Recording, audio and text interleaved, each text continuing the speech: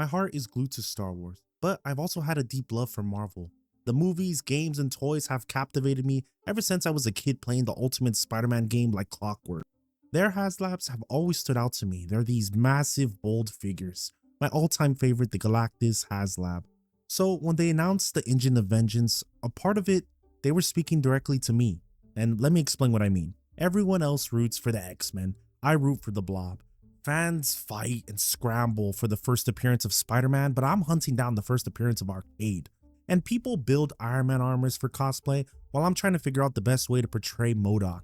That's just to say I love obscure characters, so when Hasbro pitched a newer, lesser known Ghost Rider through their HasLab, I should have been all for it, but I wasn't, and clearly neither were many others. So let's dive into how the Engine of Vengeance went up in flames. Let's start with the character Robbie Reyes. It's cool, I'll admit, I haven't even heard of this version of Ghost Rider until the HasLab was announced, but once I dug into his lore, I found he's a solid Ghost Rider in his own right. He first appeared in 2014 and has had a good run in the comics. Still, he doesn't carry the same weight as the original Ghost Riders. Johnny Blaze and Danny Kench are names fans rally around.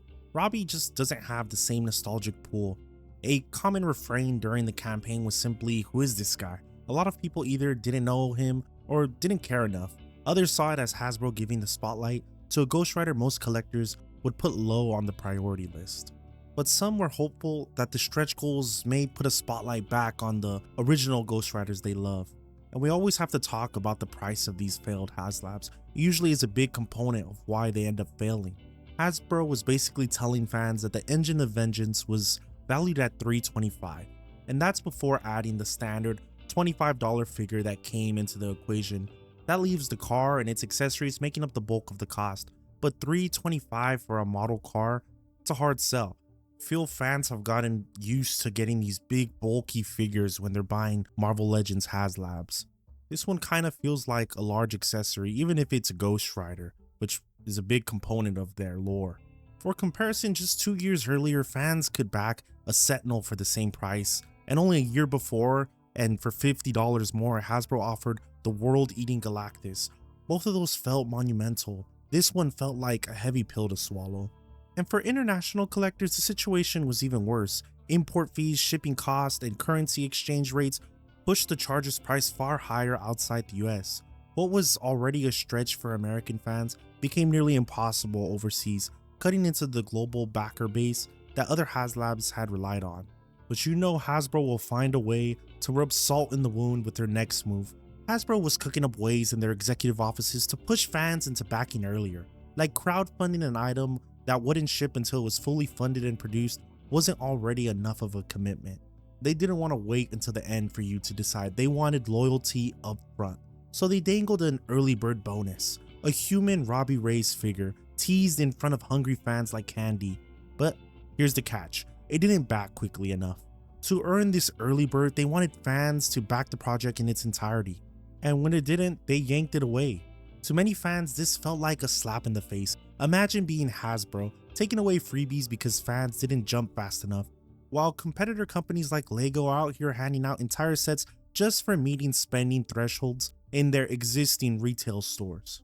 The safety net is already built with the HasLab model, zero risk unless the project funds, but somehow even with that advantage, they managed to come off as less generous and less fan-friendly than their competition. I would attribute the backlash from not getting the early bird special to this HasLab's complete failure.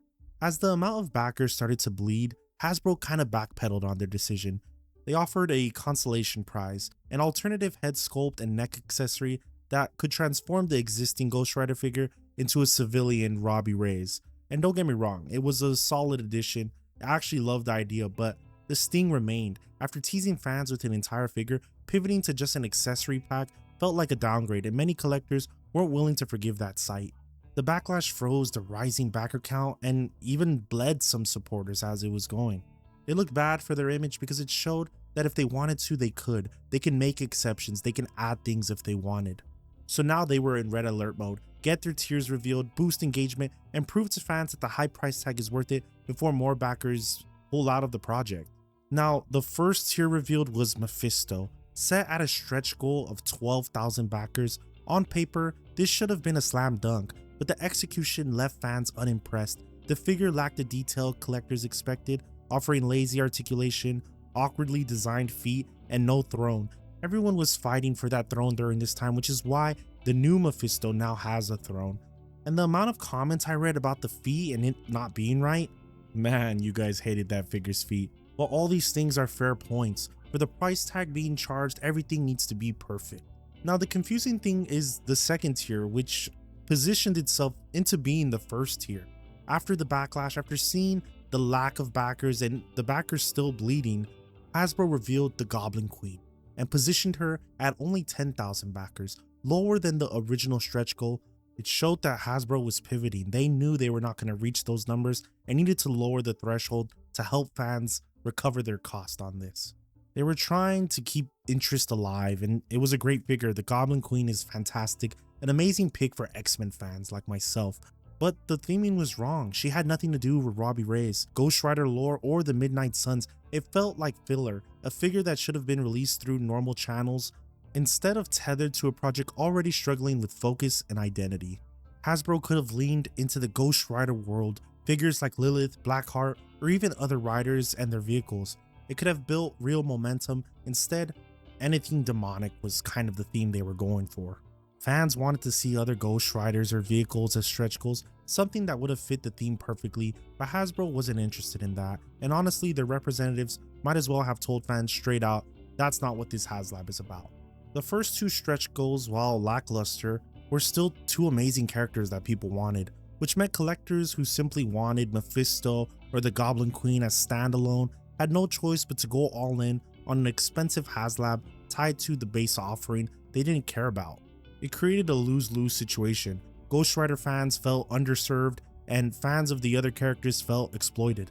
The final tier revealed was Daimon Hellstrom, a character who actually fit the Ghost Rider theme perfectly, but the baffling part was that he was announced at only 11,000 backers. That meant that the final tier reveal was technically the middle tier.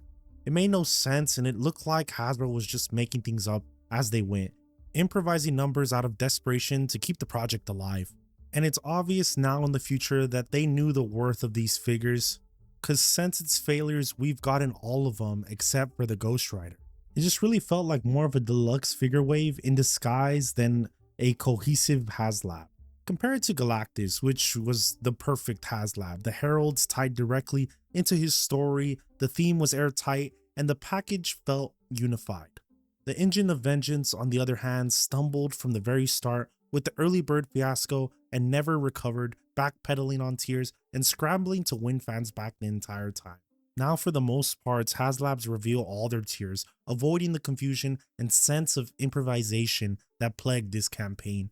As for the rumors of a fourth tier, we're probably never going to know if one truly existed, but speculation persists because of how chaotic and improvised this rollout felt. Fans could see Hasbro scrambling, and that gave the impression that anything was possible. But that was just a few people online. I don't think there was ever going to be a fourth tier to this. By the final day, the Engine of Vengeance campaign had dropped to just 4,842 backers, well below the required 9,000 to fund the production. This was a plunge marking the first failed Marvel Legends HasLab. The Engine of Vengeance left a shadow that even haunted its future successor.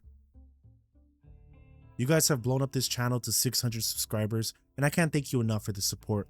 Thanks for watching.